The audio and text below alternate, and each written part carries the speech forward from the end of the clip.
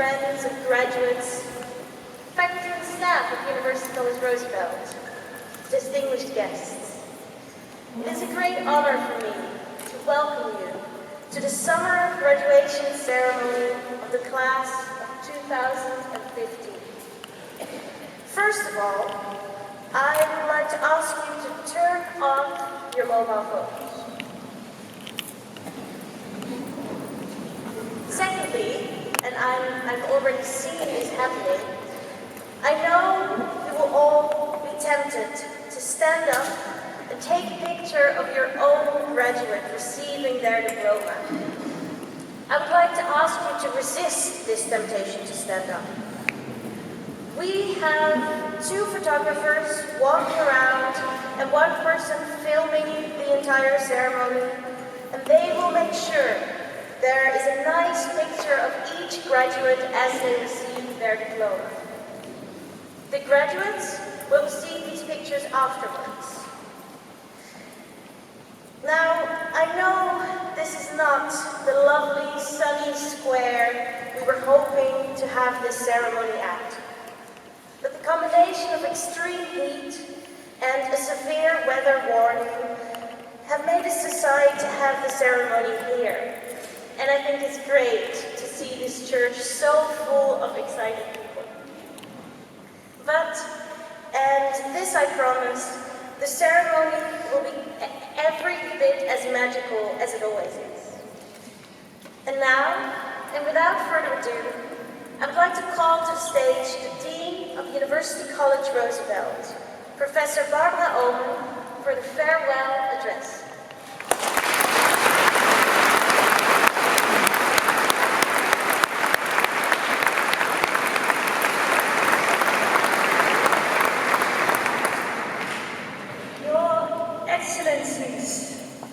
Dear members of the Board of Trustees, Professor Wientjes, dear colleagues, parents, friends, and family, but most of all, dear class of 2015. We were so happy with this idea of a nice, cool church instead of this hot, sunny square, but somehow these 10 minutes of applause and the presence of all of you have managed to raise the temperature to about what we would have had on the square, which is only a good thing.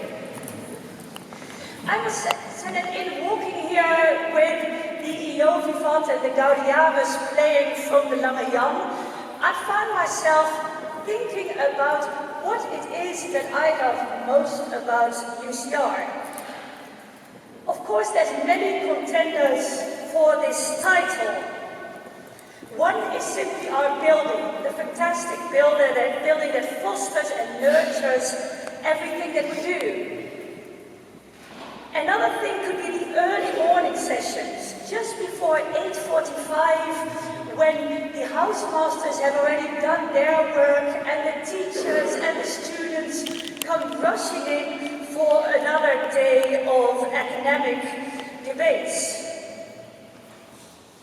It could also be, I was thinking, a session like we had this morning, where my colleagues speak about students and which students amazed them most in the past semester, and where they speak so proudly of your accomplishments. It could also be the emails that I get.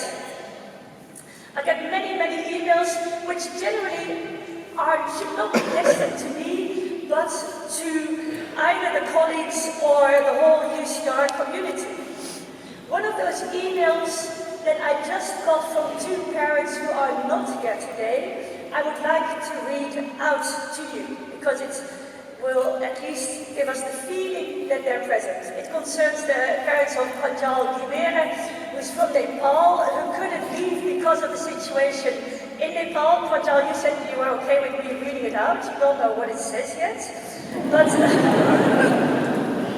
there's nothing embarrassing in there. Pranjal's parents wrote, in response to something I wrote, you rightly said that this is a very difficult moment for us. As his parents, we attended all Pranjal's convocations, right from class 1.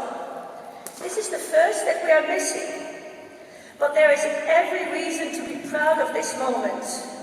For this, I would like to compliment all of you. All of you transformed our son Pranjal from a simple shy boy, this I find hard to believe, but anyway, simple shy boy, to a brilliant and smart student.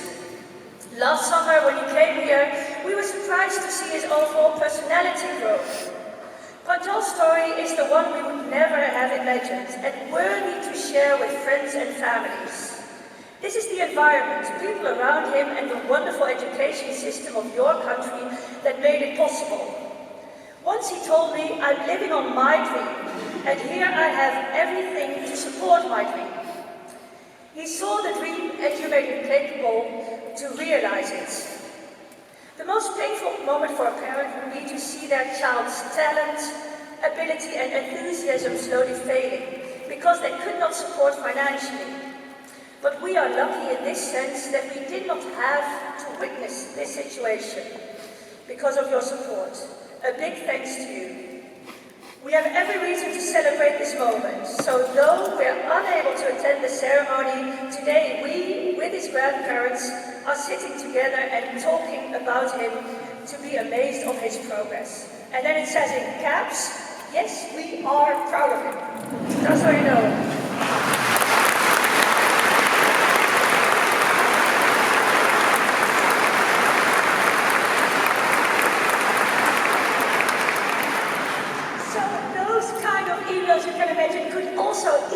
On the list of the best things about UCR. On that list we could also have the sense of humor about the place, Mr. Snyder's jokes, or the person who, when there's a problem with the printer, puts up a sign and says, let's call this printer Bob Marley because it's always jamming. I know it's been prepared now. Of course, a very logical thing for contender for the things to love most would be each and every one of you graduates and your individual accomplishments over the past years, but that would fill up a whole list, just as would your collective achievements. Amongst which, for instance, Elliot, you were the class that made the post office as the heart of our activities happen. Another thing to love, possibly, could be the way in which we are rooted in Zeeland, the special town-gown connection that we have with this province. In a moment we'll have all the mayors of Zeeland joining us. I'm not exactly sure in what corner they'll be sitting, but that is testimony to the special relationship with this province. But anyway, out of this whole mental list of things to love about the Roosevelt, there is one thing that I personally love most, and that is the music. We're the only university college in the Netherlands, and even the only university to have a performing music program. My husband said this morning when I read this out to me, we're also the only university college with a dean who loves André Hazes, but that's totally we're a place where you can hear the piano playing every day, or the whiff of a soul voice singing. Now, I don't know how it works for you, but to me, music has a really special capacity. It's a kind of door in your head that manages to get to a deeper level, to stroke the soul, to get to memories long forgotten. And whether you're into cantus or into the choir, it's not without reason that Professor Beethoven, said that music is a higher revelation than all wisdom and philosophy. Now, in this sense, there seems to be an important connection between music and the essence of what we try to do in a liberal arts program. And that has everything to do with its purpose. If I ask you what the purpose of listening to music is, you won't say that it is because it takes you somewhere, or because it gets you a job, or because it gets you a diploma. You'll speak about the sheer enjoyment of music, about the fact that it fulfills a deep human need. And so it is with the liberal arts and science program. The essential purpose of it is to help you think critically, live purposely, cultivate your humanity. All this, like music, is very hard, disciplined work that cannot be done without the help of others, and you know all about that. Now, in times when there's so much justified critique on rendementsdenken, thinking in terms of outputs in the Netherlands, it's important to ponder upon what it is that we celebrate today. To me, this is not the fact that you made it, that you have the piece of paper in your hands.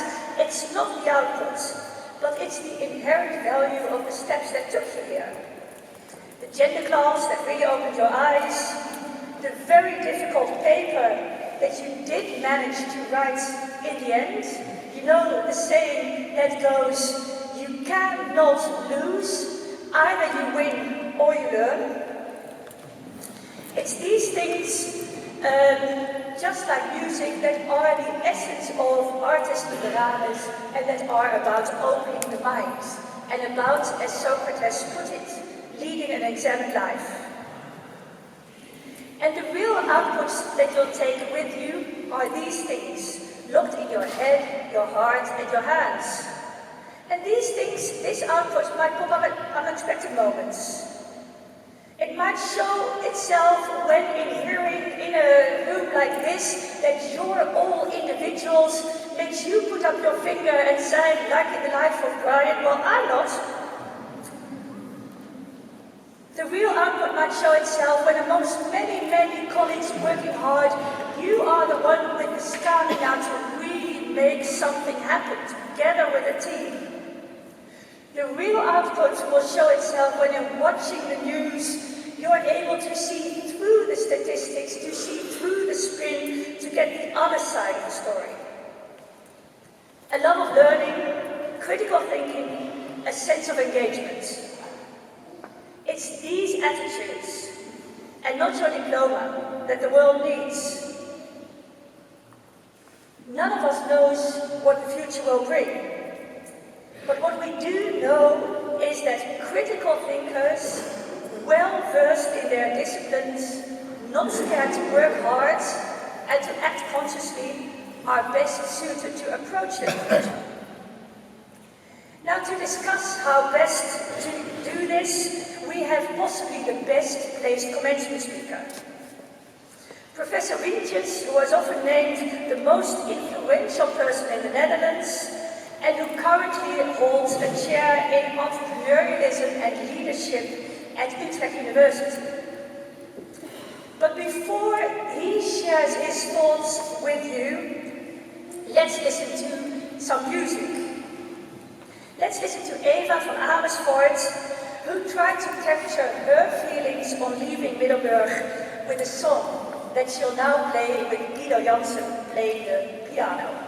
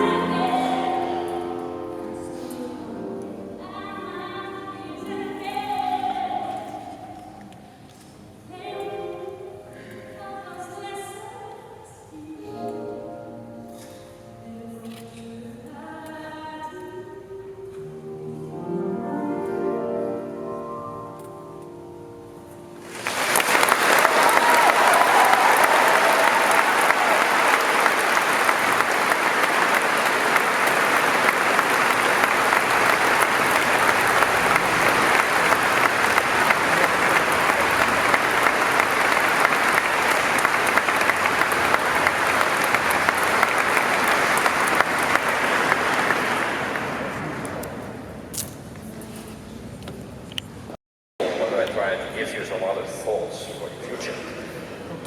Madam Dean, Your Excellencies, graduates, ladies and gentlemen, it's a great day today. A day when so many students receive their diplomas after 3 years of hard study. Congratulations, all of you. Congratulations to the members of your family, to the University College Roosevelt, and the lovely town of Middelburg. This is also an important day for the Netherlands and the other countries where you will start your working life after leaving this safe nest. You are graduating at a time when the world is threatening to become fragilely unstable.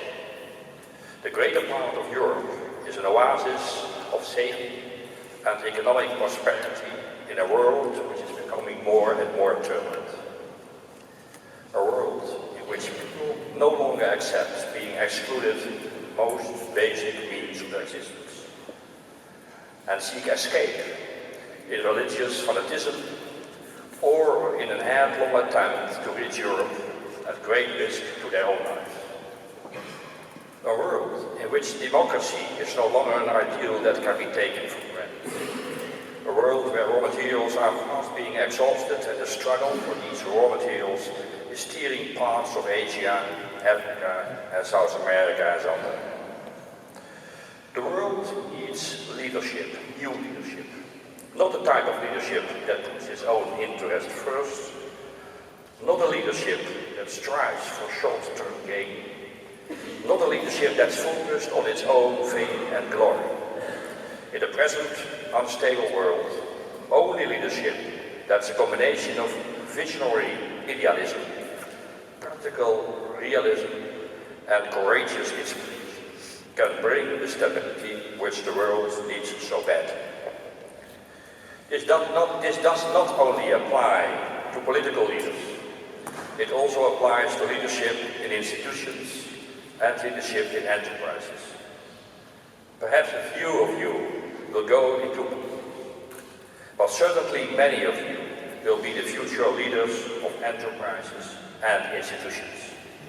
More and more of you will start and lead your own business. You are the ones who will maybe be able to make a difference in the future.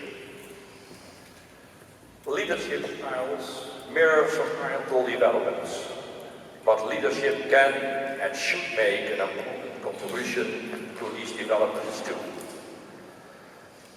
When I had to take over the management of our family business because of the early death of my father, the world was still recovering after World War II. Everything was focused on economic growth. The level of prosperity rose quickly, the sky was the limit. In those days, leaders focused on the biggest possible increase in prosperity. Warnings like the Club of Rome and the oil crisis in the 70s were small ripples in a climate of unbridled growth. The most important leaders in politics and trade and industry led this process and were respected. When in 2005 I was appointed chairman of the Dutch Confederation of Industry and Employers, the climate has changed completely. Striving for an increase in collective prosperity had been replaced by the pursuit of individual gain. The leaders of large listed companies were stimulated by princely salaries. These companies were regarded more as money machines than as an instrument for the increase of prosperity and welfare in the society. The leaders of these enterprises lost most of their public support. The culture in the Dutch entrepreneurial world has changed completely during the past few years. A change called the paradigm shift in a recent speech to the environmental movement in the Netherlands. The days of introvert leadership focused on short-time profit. The days of shareholder value are definitely past. Society no longer accepts this kind of leadership. The financial crisis, which brought the world to the edge of the abyss, was not nearly lesson. Leadership ought to be justified by the society. A few decennia ago, sustainability was a strange corporate social responsibility, CSR, an unknown concept. Nowadays, no serious enterprise can survive without having these concepts anchored in its genes. Last year, as leader of young entrepreneurs, I entered into an agreement with Green about energy and climate. 10 years ago, this would have been the end of my career. As I said before, the world is in need for new leadership. The world was also in need for new entrepreneurship, for which sustainability and CSR go without saying. The pioneers of sustainability started new enterprises years ago.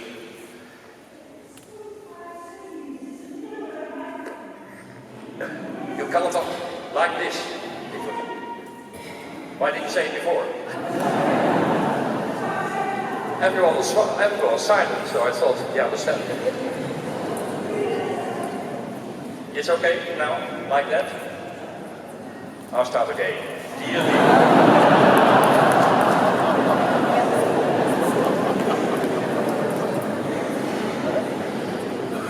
I'm not used to Middelburg, you know, in Utrecht it's totally different.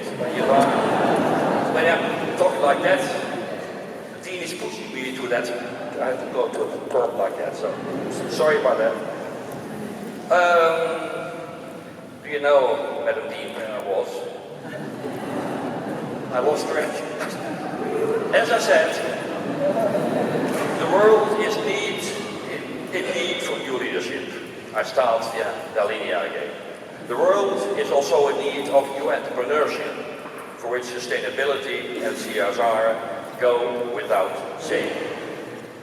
The pioneers of sustainability started new enterprises years ago, fully dedicated to sustainable products and sustainable manufacturing. Nowadays, striving for energy-neutral manufacturing and cradle-to-cradle products is generally accepted.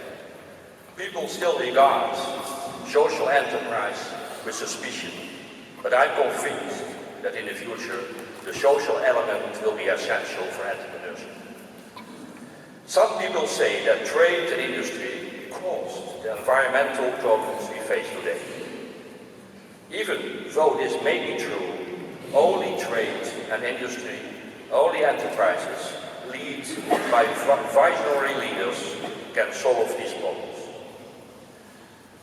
You might have the impression that my view of the world is too gloomy. I want to put that right. My contact with the present generation of students in Utrecht and also at other universities in the many countries I have visited in the past has given me a positive view of the world. Of course, we talk about business plans, we talk about revenue models in our discussions on entrepreneurship and leadership. Of course, entrepreneurs want to make profit, they want to earn money. There's nothing wrong with it.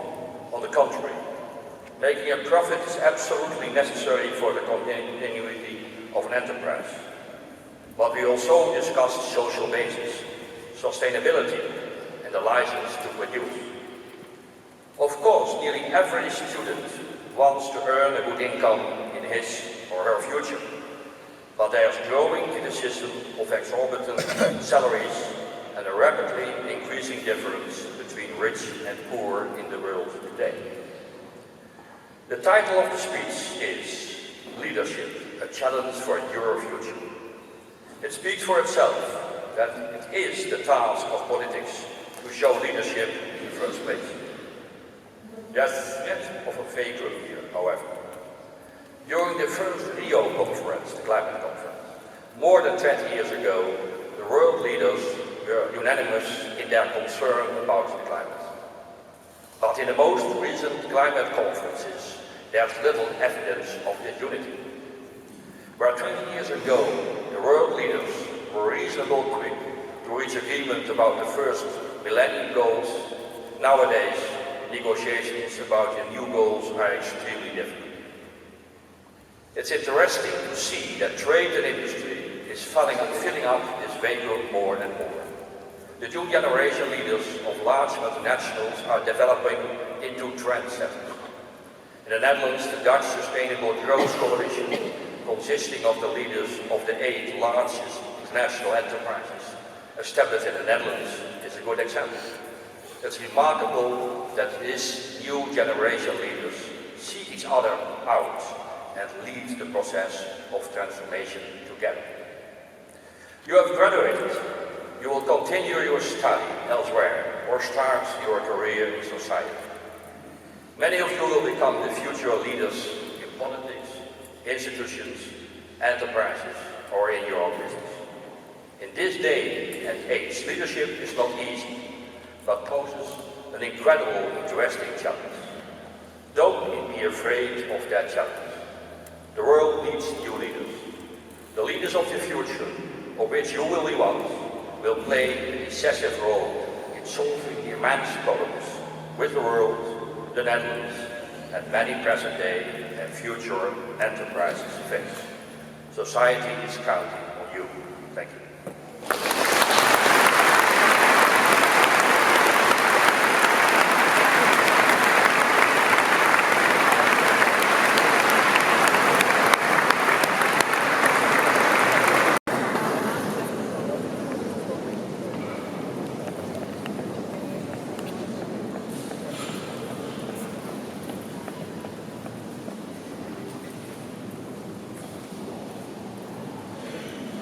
Oh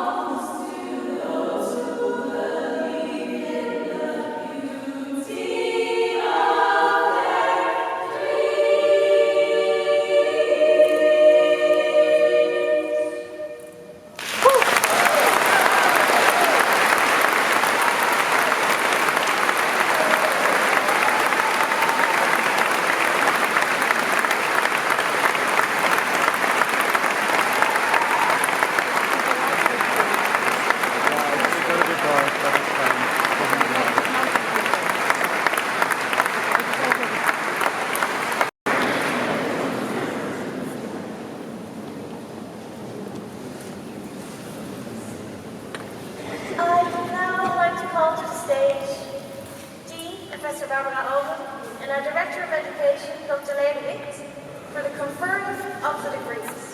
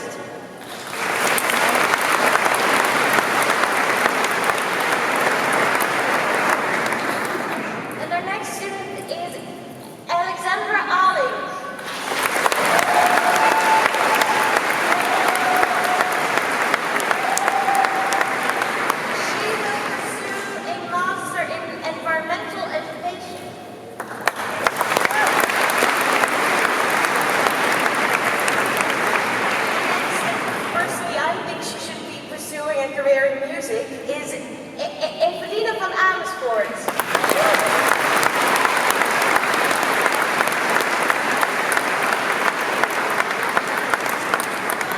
Instead, she will be pursuing a master in medicine at the University of Amsterdam.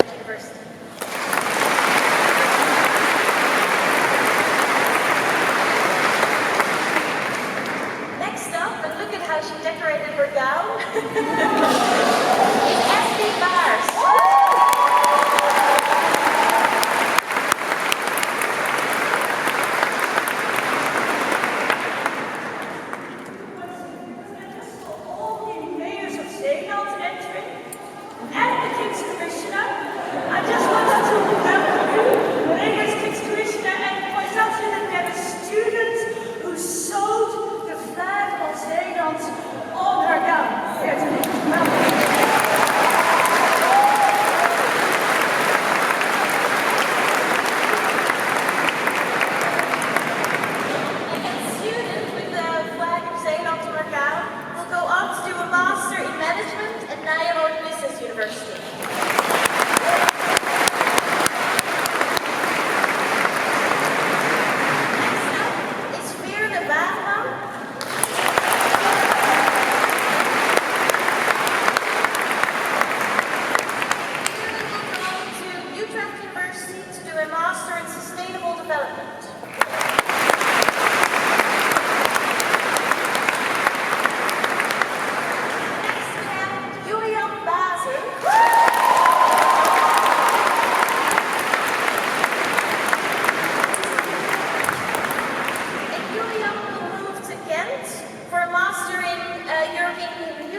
Studies.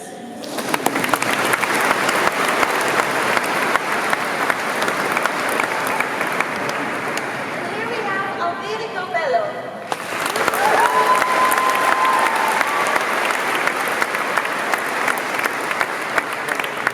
And he will be doing a gap year.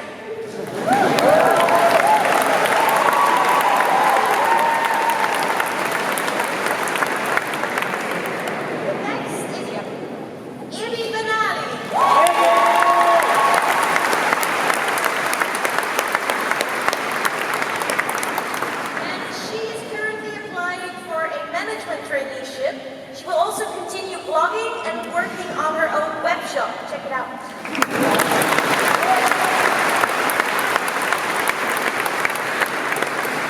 Here's Pia Bergen.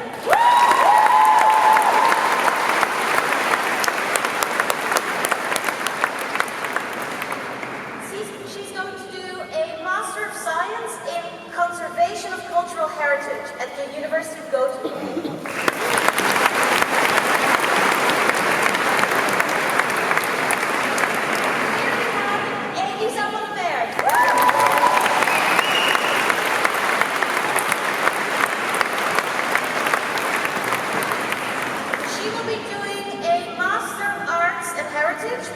Policy Management and Education, very long master title, at Maastricht University.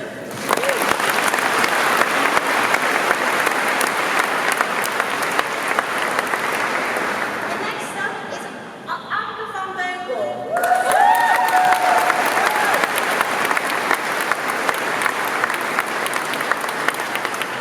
She will be taking a very well-deserved gap year.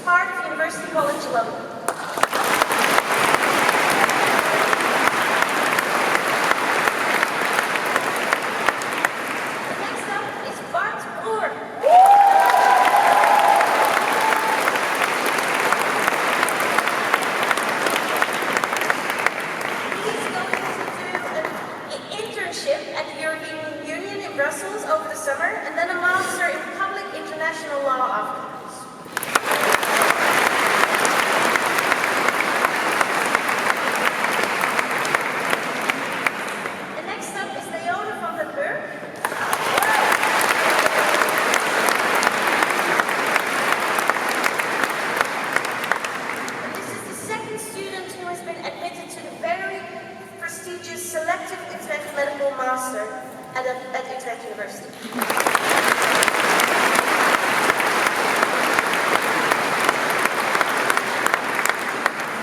The next up is Lisanne Scheizo.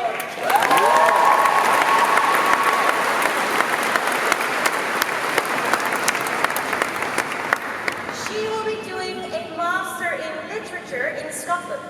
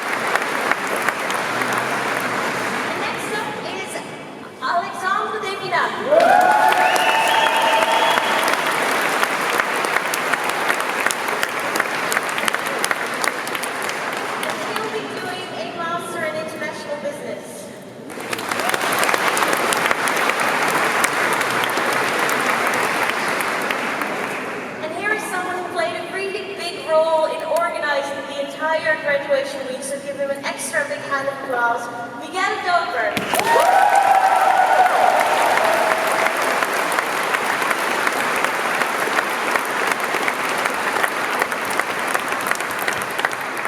if I understand it correctly, he's going to do 2 masters. One master in management at the Nova School of Business and Economics, and one CEMS master in international management.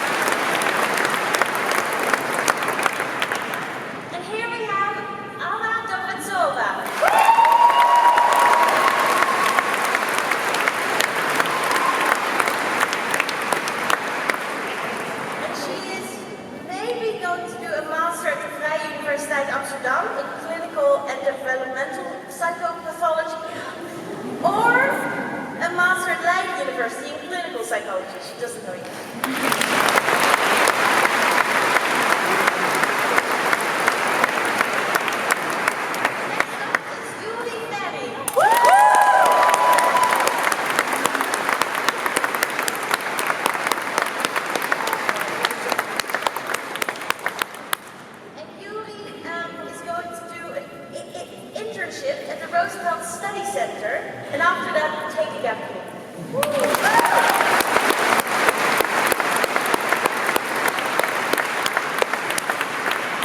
And here's a student you already know a little bit about. It's Untitled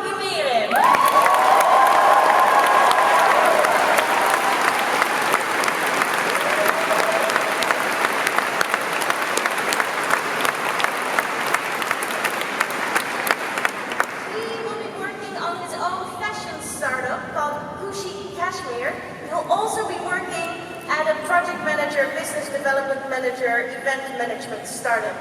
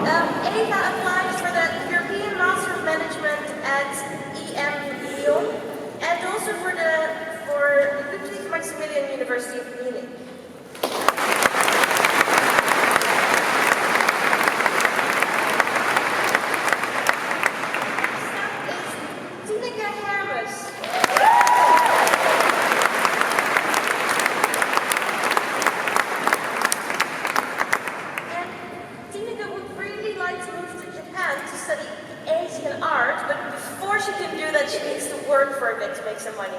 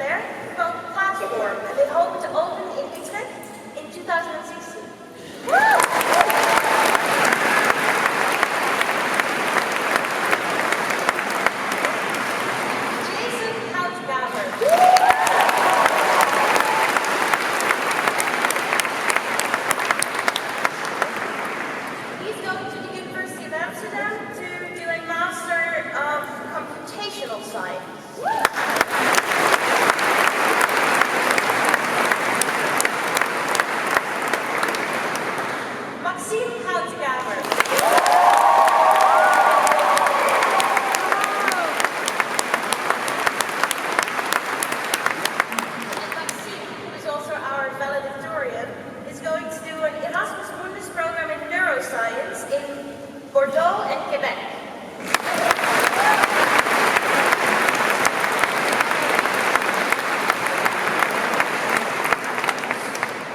Next up is Sam Koulea.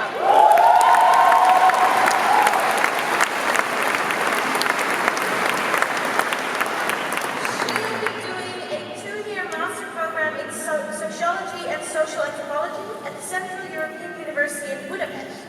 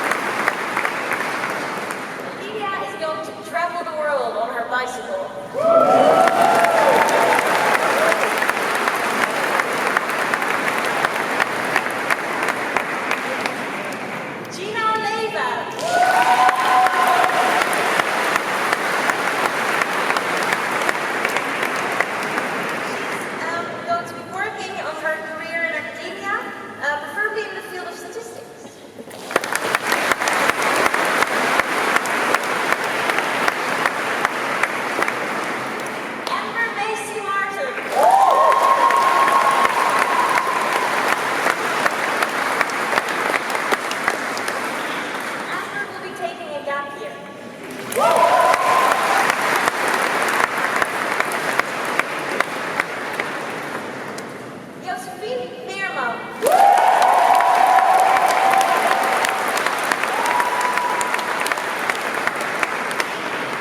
She'll be moving to the University of Essex to do a Master in International Human Rights and Humanitarian Law.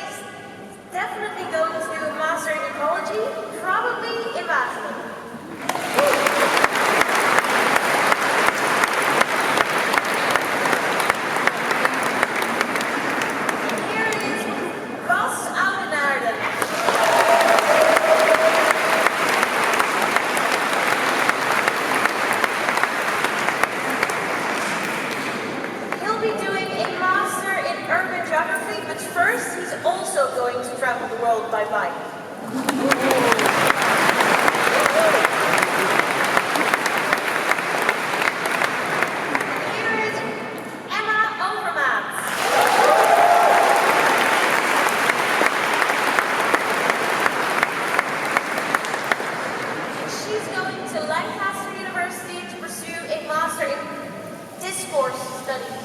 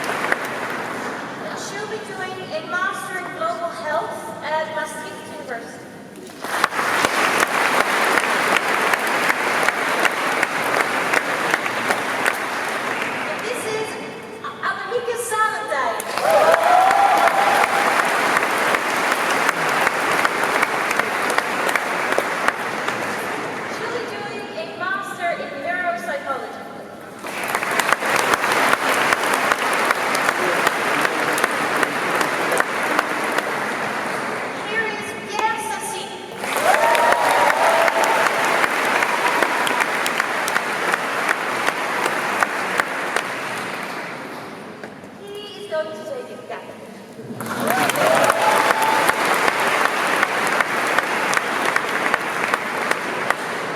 Paulina van der Stad.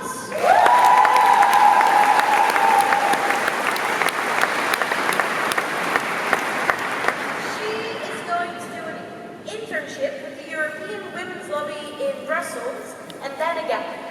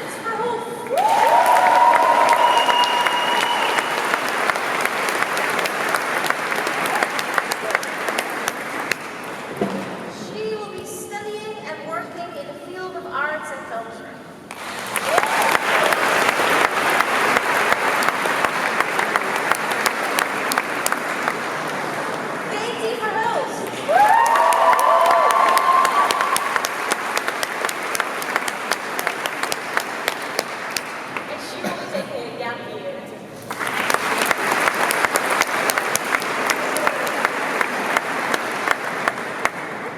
Short for score.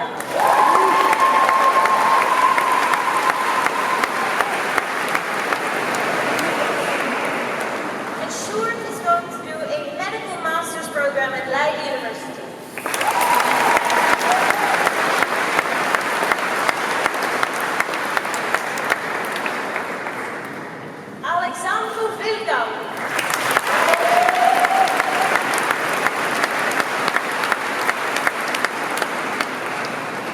He's going to do a master in chemistry.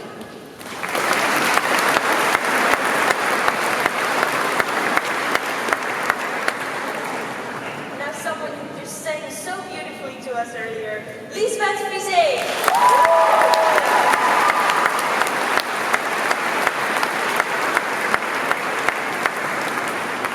She's going to go to the University of Edinburgh to study modern and contemporary art, history, curating, and criticism.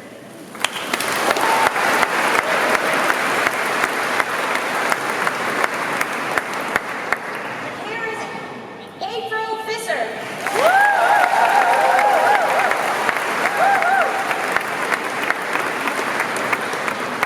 And she's going to the Free University of Amsterdam to study opsporingscriminologie.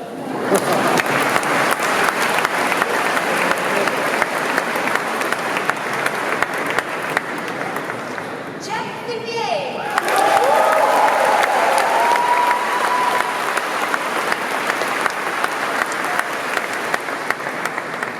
And he will be doing a master in international relations and diplomacy.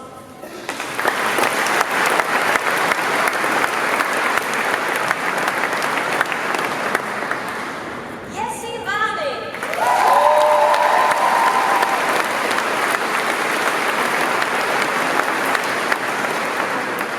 And she is waiting for a reply for the Artistic Research Program, a research master at the University of Amsterdam.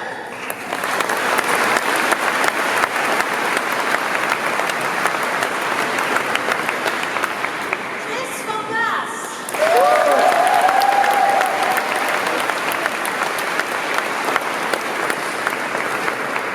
And he will be doing internships and traveling.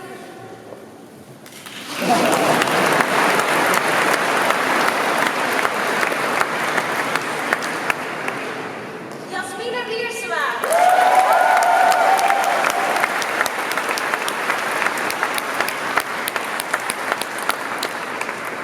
And she is still deciding between anthropology and earth science, but she will travel the world on her snowboard until she has made up her mind.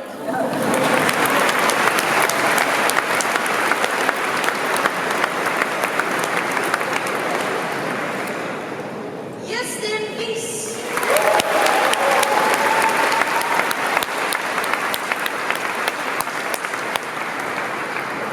And Justin will be taking a gap year.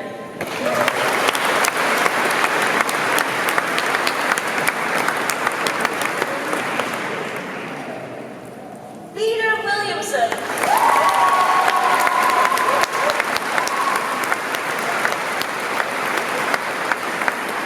He will be doing a master in sustainable development at Utrecht University.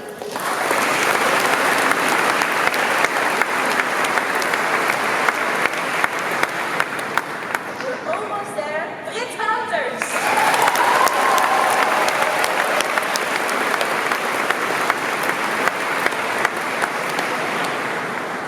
She'll be studying global law at Tilburg University.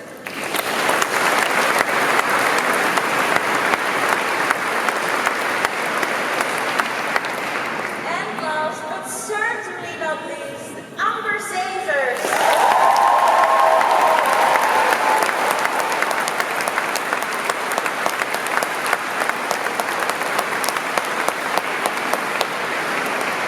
And she will be going to Maastricht University to study forensic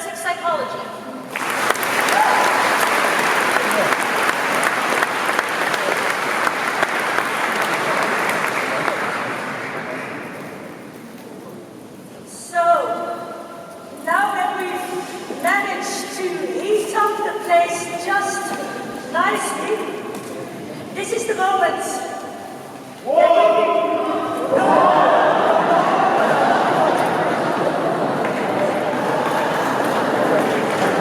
Otherwise, we'll take a few more minutes.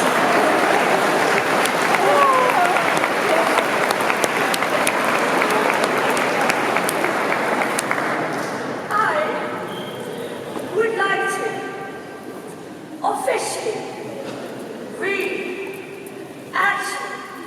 declare the fantastic, fabulous class of 2015 that did so much for UCR and managed to accomplish such wonderful things, to declare that class, you guys, to be graduated.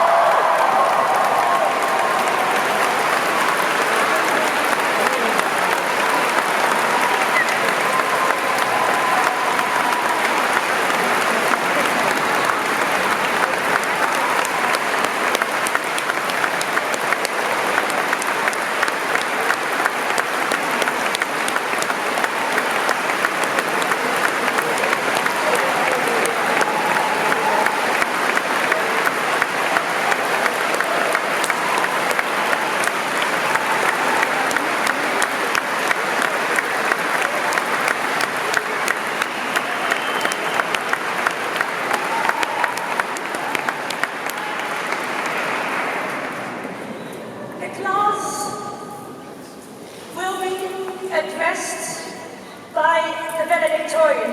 Now, the Valedictorian is the one person within this class who not only managed to have a stunning academic record, but also did a large number of things for the community. This year, the class Valedictorian is Maxime Houtekamer.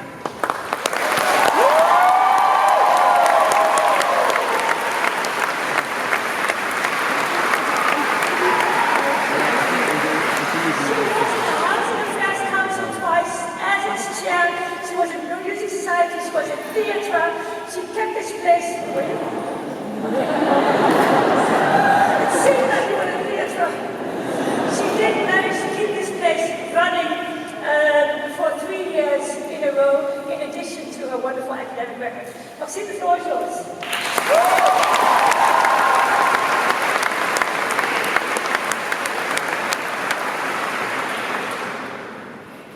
Faculty and staff, dear family and friends, thank you all for being here today to see the class of 2015 graduate. I feel honored to have been given the opportunity to speak on their behalf. Although, actually, I read some articles online that suggested that the valedictorian is in fact extremely unlikely to become successful later in life. Because all they've done is comply to rules extremely well. So that's inspiring for most of us. Dear class of 2015, it seemed like just yesterday that we arrived here in Intro Week dressed in our orange polos, some of us still in diapers, and that we were completely unaware of what lay ahead of us.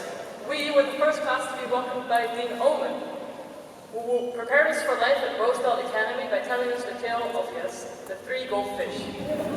On the desk of the former Dean Alliance, there had been a bowl with 3 goldfish that came to represent life at Roosevelt. 1 fish stood for sleep, 1 fish for academics, and 1 for social life.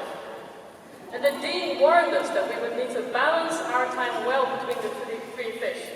If we were to spend all of our time on the academic and the social fish, the sleep fish would soon die. But what the Dean did not tell us was that we would not just be keeping these fish in a regular fish bowl. Oh no. Instead, our fish would be released into a fast-flowing river with an unpredictable path. Our fish were dragged along by the currents of the semester. The bed of the river changed constantly and time flew by. We briefly studied at Roosevelt Academy, but soon moved on to University College Roosevelt. I vaguely remember having partied at Bumpers, the Hoysolder, and the beach, but now we party in Elliott and the Timmerfabrik. We had a catch-up week, and we lost it again. We were asked to build capstone, but we opted out, and in again, and out, and in again. And it seemed like those sliding doors to enter Eleanor opened less each year. Probably the most constant factors in our Roosevelt careers were the 77 pizza amore. We learned how to plan our work well, or how to pull an all-nighter. We learned how to cook, or what to do in case of a fire alarm. We learned how to adapt to our circumstances, and how not to adapt at all. What I will treasure most about this wildwater ride is the can-do approach among the students and the staff. At UCR, students are really truly encouraged to believe in the beauty of their dreams, and the faculty and staff are committed to help realize them. We've been on exchange to the States, to South Korea, to Australia, and to Amsterdam. We've carried out internships, published books and articles, visited conferences, written IRPs and honors theses. We've accomplished things that 3 years ago we would not even have dared to dream about. And now, we've come to the end of the river. This week has felt like we were crashing down a waterfall, having to let go of a familiar stream, yet at the same time being relieved of the stress that it caused. We've made it. We're in the warm oasis plunge pool. We can take a moment to reflect and to be proud of how far we've come. Let's enjoy our last day in Middleburg and get ready for our next adventures. Thank you.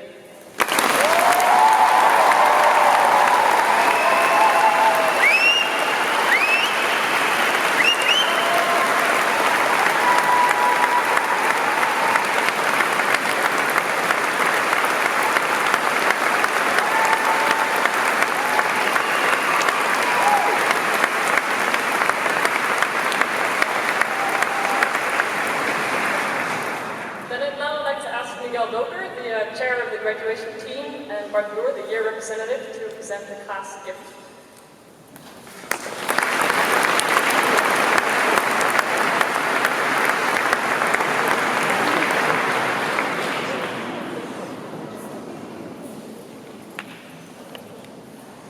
Dear all, it's been mentioned before how there's a really strong connection between town and gown.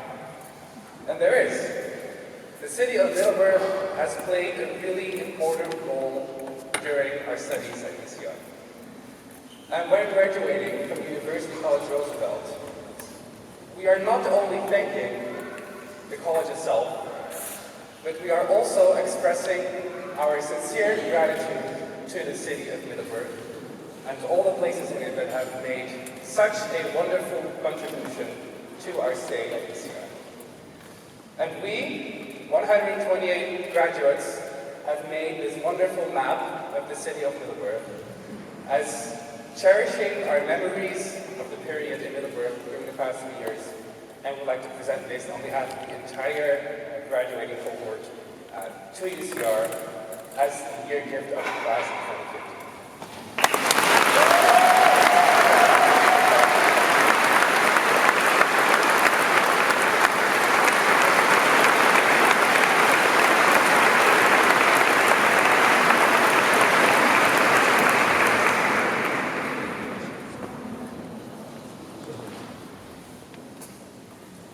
Now, I think this is the very best gift we have ever had. And we have had some interesting gifts over the years. One of the gifts a few years ago was Teddy, who features prominently on the map. I don't know if it will show up somewhere, but it's a bear, a giant bear in a suit, or a person in a suit, named after Teddy Roosevelt. Last year we received these same 3 fish that suddenly appeared drawn in the post office. But in the year of 2011 we received what must have been the most curious gift of them all. we received as a present an anthem to be sung officially at occasions like this. Now, we're a community of critical thinkers, of music lovers, and we don't just immediately take any given anthem for granted. So we pondered on this anthem. We put in place a commission to look at the lyrics, to look at this music, and this commission under leadership of Sietse van Oudijk, who must be somewhere. Sietse? Sietse van Oudijk, over there, chair of the Anthem Decision Commission. This commission has now come to a definite version of what the Roosevelt anthem should be. Now, we have never sung this anthem in this way before, but there has to be a first. We have an enormous amount of people together here, so what I would like to propose to you is to, 4 years after we receive the present, to sing together the Roosevelt anthem.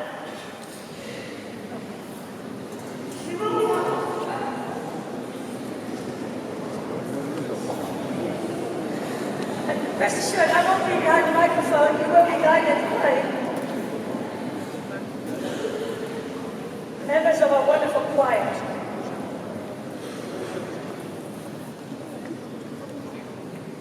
Okay. And the idea is we get 2 couplets to get used to the anthem, to listen to the singers, but the last couplet we are expected to all sing along.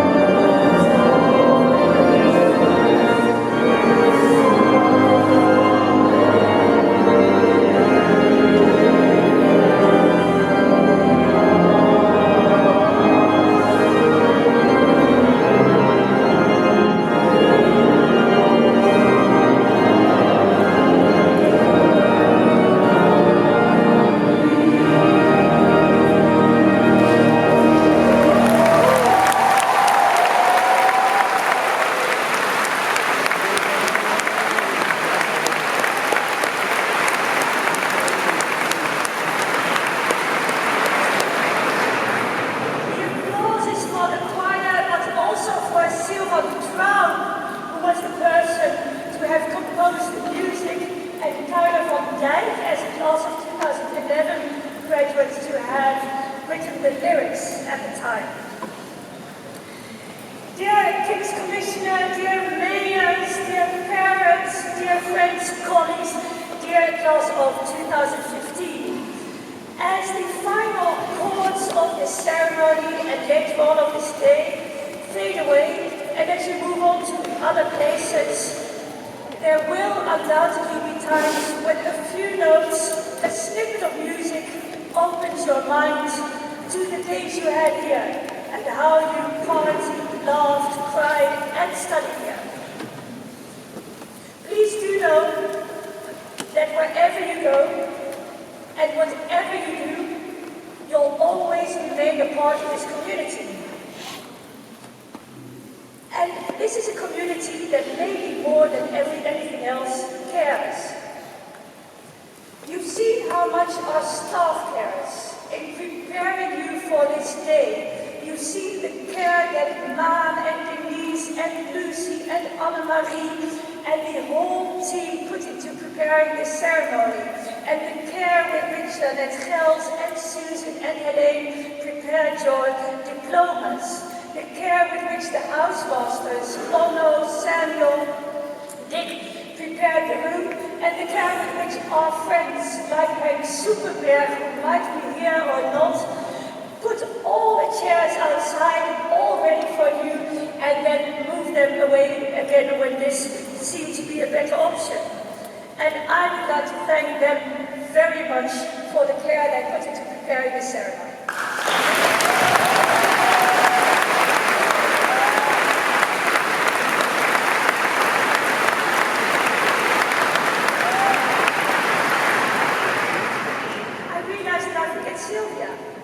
Sylvia, upon that.